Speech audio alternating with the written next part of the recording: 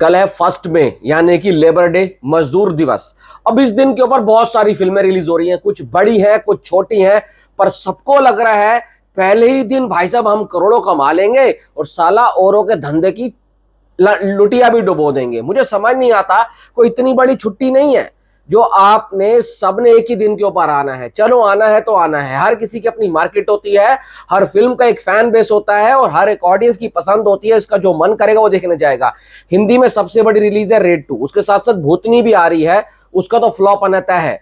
तमिल से आ रही है अपना भाई साहब कौन सी, रेट्रो, कार्तिक शोभराज। मैं सूर्य से ज्यादा ना उस डायरेक्टर के लिए एक्साइटेड हूं, क्योंकि वो जितनी अतरंगी फिल्में बनाता है तो भाई इसलिए मैं एक्साइटेड हूं उस फिल्म के लिए। क्योंकि सूर्य की मैंने लास्ट कंगुआ देखी थी ना, उसके बाद तो मेरा दिमाग खराब हो गया था। हिट 3, एक इकलौता ऐसा एक्टर जो तेलुगु इंडस्ट्री से आता है, जो सिर्फ और सिर्फ स्क्रिप्ट के ऊपर काम करता है, भाई साहब नेचुरल स्टार नानी। अब नानी की पिछली फिल्म आई थी सरिपोदा शनिवारम, वो भी एक मास ब्लॉकबस्टर थी। उससे पहले जो भी आई दशहरा, वो भी बहुत जबरदस्त थी। इसके बाद जो आ रही है पैराडाइज, वो भी एक अलग ही फिल्म के कहानी के ऊपर लग रही है। तो मतलब इस बंदे से इतना विश्वास हो गया, इतना प्यार हो गया ना इसकी फिल्मोग्राफी देखकर, कि ये जो लेकर आएगा वो अच्छा तो होगा। पर देखकर बहुत दुख होता है, हिंदी बेल्ट के अंदर पीवीआर आइनॉक्स में तो रिलीज कर नहीं रहे हैं। क्यों नहीं कर रहे हैं, रीजन बताता हूं। क्योंकि हिंदी में अगर आपको किसी फिल्म को लेकर आना है तो 54 से 60 दिन से पहले पहले आप ओटीटी पे ला नहीं सकते हो। अब इनको क्या है, ओटीटी वालों ने 20, 30, 40 करोड़ की डील दे दी होगी, बोला होगा भाई हम हिंदी में डब कर लेकर आ जाएंगे अगर आप पीवीआर आइनॉक्स एंड सिनेपोलिस में रिलीज नहीं करते हो। नेशनल चेन्स में अगर आपको आओगे तो 54 से 60 दिन चाहिए। अगर नेशनल चेन्स में नहीं आते हो तो ओटीटी पे हम आपको जल्दी लेकर आ जाएंगे और उसका पैसा हम दे देंगे। तो इन्होंने बोला हिंदी में तो हमने कमाना ही नहीं है इतना, इसलिए उनकी बातों में आ जाते हैं। मैं सच बता रहा हूं, ये कॉर्पोरेट कल्चर जब से आया है, ओटीटी आया है, सिनेमा बर्बाद हो गया है। अब एक बात बताओ, 70 mm की स्क्रीन के ऊपर देखने की बजाय पब्लिक कहती है 28 दिन रुकते हैं। साला 32 इंच की टीवी पे देखेंगे, 40 इंच की टीवी पे देखेंगे, 43 इंच की टीवी पे देखेंगे। जो बहुत ज्यादा रईस है वो 55, 70 इंच की टीवी देखता है। पर 70 mm और 55 इंच के टीवी पे देखने में भाई साहब वो मजा है या नहीं, आप बताना। अब एक बात बताओ, हिट जैसी फिल्म जितना सॉलिड कंटेंट लग रही है, ए रेटेड मूवी होने वाली है, उसको तुम घर पर देखोगे मजा आएगा।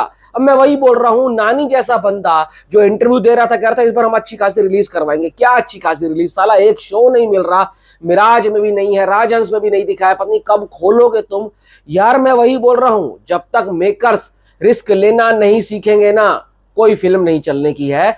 भाई आप अपनी फिल्म लेकर आओ, चले ना चले वो दूर की बात है, पर पहले पब्लिक तक पहुंचाओ तो सही। पब्लिक को पसंद आएगी तो वो जरूर देखने जाएगी। और कितनी बार ऐसा हुआ है कि अच्छी फिल्में चलती हैं और ये तो फिल्म एक अलग ही कॉन्सेप्ट के ऊपर लग रही है और सॉलिड लग रही है, पर वही बैड लक है कि हिंदी ऑडियंस में उसको स्क्रीन ही नहीं मिलेंगी। स्क्रीन कहां से मिलेंगी, क्योंकि कॉर्पोरेट कल्चर है, फंसा देते हैं ओटीटी डील में। सेम आ रहा है रेट्रो का। अब रेट्रो की अगर मैं बात करूं, कंगुआ को ठीक ठाक रिलीज मिला था, पर कंगुआ जो भाई डिजास्टर हुई उसके बाद इन्होंने भी रिस्क नहीं लिया। इन्होंने बोला साला फ्लॉप हो गई थी वो, हमारे को 54 दिन ओटीटी का वेट करना पड़ा, जहां 30-40 करोड़ मिलने थे वहां 10 करोड़ में डील करनी पड़ी हिंदी के लिए। अब इन्होंने भी वही सेम कराया, 28 दिन वाला कॉन्सेप्ट। अब भाई अगर तुम्हें ना, अगर हिंदी में ढंग से रिलीज नहीं कर रही है ना, तो साला ना ट्रेलर दिया करो ना बोला करो पैन इंडिया। ये पैन इंडिया के नाम पर मजाक अच्छा नहीं लगता। मुझे लगता है इनको भी तेलुगु से कमाना है और इनको तमिल से कमाना है। ये तो वही हाल हो गया जो लियो का हुआ था, वाइड रिलीज नहीं मिली थी। विक्रम का भी यही हाल था, ठीक है। और भी ऐसी फिल्में आती, सरिपोदा शनिवारम का भी यही हाल था। बहुत सी फिल्में हैं जो ओटीटी की डील के चक्कर में ना फ्लॉप की भीड़ चढ़ जाती है। अच्छी होते हुए फिर पब्लिक कहेगी भाई साहब ओए होए मजा आ गया ओटीटी पर देखकर। ओटीटी पर घंटा मजा नहीं आता, टीवी में देखोगे परिवार के साथ अच्छी बात है, पर भाई जो थिएटर है वो थिएटर है। और इसी तरीके से चलता रहा, आने वाले 10 सालों में थिएटर कल्चर खत्म हो जाएगा। जो चल रहा है आज हिंदी बेल्ट में, चलो 54 दिन की डील है ना, जिस हिसाब से कॉर्पोरेट कल्चर आ चुका है सिनेमा के अंदर, वहां पर पहले क्रिएटिविटी तो पहले ही खत्म कर दी है। अब पैसा देकर ये भाई साहब थिएटर एक्सपीरियंस भी खत्म कर रहे हैं। तो आने वाले दिनों में वो दिन दूर नहीं है कि हिंदी बेल्ट से भी पिक्चर आएगी, वो भी 20-25 दिन के अंदर ओटीटी पर आ जाएगी। फिर पब्लिक कहां जाएगी? तो भाई सिनेमा मालिकों का क्या होगा, डिस्ट्रीब्यूटर क्या होगा, एग्जीबिटर क्या होगा, अंदर जो भाई साहब पॉपकॉर्न बेचता है, समोसा बेचता है, पार्किंग वाले का क्या होगा? तो बहुत सी चीजें इंपैक्ट करती हैं इन सब चीजों से। मैं सच बता रहा हूं, ये बहुत बड़ी दिक्कत है और मेकर्स को खुद सामने आना होगा। आते हैं रेड 2 के ऊपर। अजय देवगन ये वो अजय देवगन नहीं है जिसका मैं फैन था। अब मैं ऐसा क्यों बोल रहा हूं, मैं मानता हूं रेड 2 बढ़िया होगी, एक तगड़ी फिल्म होगी, मैं देखने भी जाऊंगा और सबसे पहले रिव्यू भी दूंगा, इस बात की गारंटी देता हूं आपको और जेन्युइन बताने वाला हूं। वो वाला अजय देवगन कहां गया जो भाई साहब गंगा जल में था, जो राजनीति में था, जो भाई साहब अपहरण में था, जो रेनकोट वाला था। अरे वो अजय देवगन कहां गया जो भाई वो रिस्क लेता था, वंस अपॉन टाइम वाला अजय देवगन कहां गया जो एक्सपेरिमेंटल सिनेमा करता था। आज अजय देवगन सबसे सेफ खेल रहे हैं। रेड 2 आ रही है, दे दनादन वो जो आ रही है, दे दे प्यार आ रही है 2, सही है, धमाल 4 आ रही है, सन ऑफ सरदार 2 आ रही है। मतलब फ्रेंचाइजी के नाम पर पैसा कमा रहे हो आप सब लोग। अब अच्छा सिनेमा कब बनना चालू होगा, यही हो रहा है हिंदी बेल्ट के अंदर। हर किसी को फ्रेंचाइजी फिल्म बनानी है और फ्रेंचाइजी के नाम पर आप पैसा कमा लोगे, मैं मानता हूं, पर इज्जत नहीं बनती है भाई।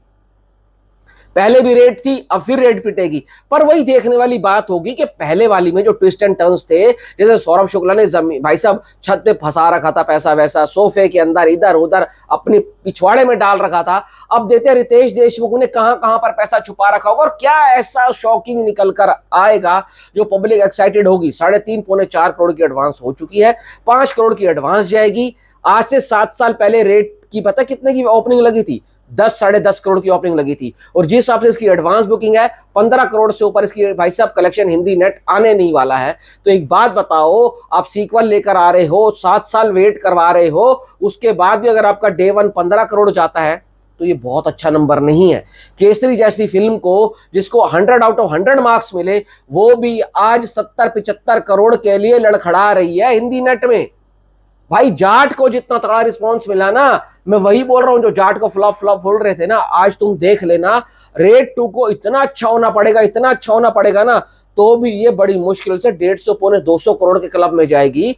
अब बताओ 150 पौने 200 करोड़, अजय देवगन जैसा एक सुपरस्टार, सबसे ज्यादा मैं इसको मानता हूं बंदे में समझ है, पर सेफ खेलना जब तक नहीं छोड़ोगे ना, आपकी फिल्में वो वाला बिजनेस नहीं करेंगी वो जो आप डिजर्व करते हो। मैं अजय देवगन को बहुत एडमायर करता हूं और शुरू से इनकी फिल्में देखता हुआ आ रहा हूं, इसलिए प्यार जिससे होता है ना, गुस्सा भी उधर ही निकलता है। भाई अलग फिल्में लाओ ना यार, क्यों नहीं ला रहे हो। आप चाणक्य की बात कर रहे थे सॉरी, चाणक्य की बात करते, चाणक्य आएगी, आपने बोला था मैं अपनी वॉरियर सीरीज को आगे लेकर जाऊंगा, तानाजी के बाद सोहेल देव के ऊपर काम करेंगे, ये करेंगे वो करेंगे, वो अच्छा चीजें बनाना क्यों बंद कर दी। फ्रेंचाइजी आपको पैसा देगी, मैं मानता हूं, पब्लिक आएगी थिएटर में, पर भाई असली मजा तब है जब एकदम अलग फिल्म लेकर आओ और जब पब्लिक मुंह से बोले ना इसका हमारे को पार्ट 2 चाहिए, तो मजा आता है वो पार्ट 2 लाने में, तो भाई सब दिल खुश होता है। तभी कहता हूं भाई चलो जो हो गया हो गया।